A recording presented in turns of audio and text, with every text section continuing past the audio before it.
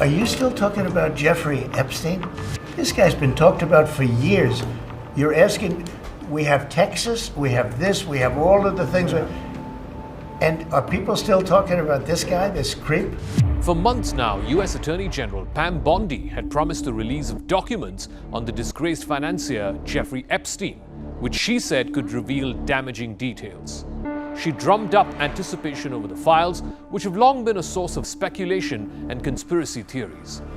But on Monday this week, a memo by the Justice Department undercut the Attorney General's statements, pouring cold water on these baseless claims. It amounted to a conclusion which was reached many years ago by investigators. The crux of the conclusion is that Jeffrey Epstein killed himself while he was in a Manhattan jail awaiting trial.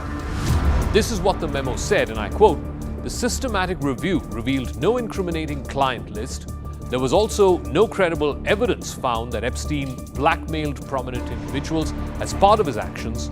The Justice Department did not uncover any evidence that could predicate an investigation against uncharged third parties," unquote.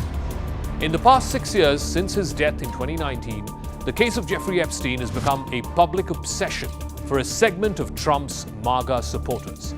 Some of them have accused two of Trump's senior-most advisors, Pam Bondi, who is the Attorney General, and the FBI Director Kash Patel, of slow-walking the review and the release of the Epstein files. A release of related documents back in February, which Bondi once again had hyped up, fell flat. It drew widespread criticism, as much of the information in those files was already in the public domain. While many had been waiting for what Bondi declared Phase 2 of the release of the Epstein files, this new memo by the Justice Department sought to end any such expectations.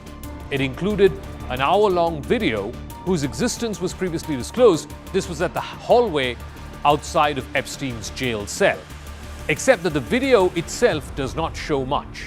In February, I did an interview on Fox, and it's been getting a lot of attention because I said, I was asked a question about the client list, and my response was, it's sitting on my desk to be reviewed, meaning the file along with the JFK, MLK files as well. That's what I meant by that. Also, to the tens of thousands of video, they turned out to be child porn downloaded by that disgusting Jeffrey Epstein. Child porn is what they were. Never going to be released, never going to see the light of day. The video released by Bondi and Patel appears to have a missing minute just before midnight that night. The digital clock on the screen jumps from 11:58 p.m. to 12 midnight. Officials do not exactly have an explanation for this apparent gap and this drop of a minute. We released the video showing definitively. The video was not conclusive, but the evidence prior to it was showing he committed suicide. And what was on that, there was a minute that was off the counter. And what we learned from Bureau of Prisons was every night, they redo that video. It's old, from like 1999. So every night the video is reset, and every night should have the same minute missing. So we're looking for that video to release that as well, showing that a minute is missing every night. The memo goes on to chide those who've pushed their own conspiracy theories of what crimes may have gone unpunished in the Epstein parties. Epstein was accused of paying young underage girls for sexual acts, often under the guise of getting a massage. Back in February, when asked on Fox News about the so-called client list, Pam Bondi replied that it was sitting right on her desk right now for her review. Asked about the seeming contradiction at a news conference back on Monday, the White House spokeswoman Carolyn Leavitt said that Pam Bondi was referring to the entirety of the Epstein case file. She, in fact, as expected, got pilloried by reporters. The FBI looks at the circumstances surrounding the death of Jeffrey Epstein. According to the report, this systematic review revealed no incriminating client list.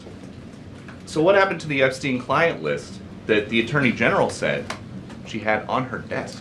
Well, I think if you go back and look at what the Attorney General said in that interview, which was on your network, on Fox News. Got the quote. Go ahead. John Roberts said, DOJ may be releasing the list of Jeffrey Epstein's clients. Will that really happen?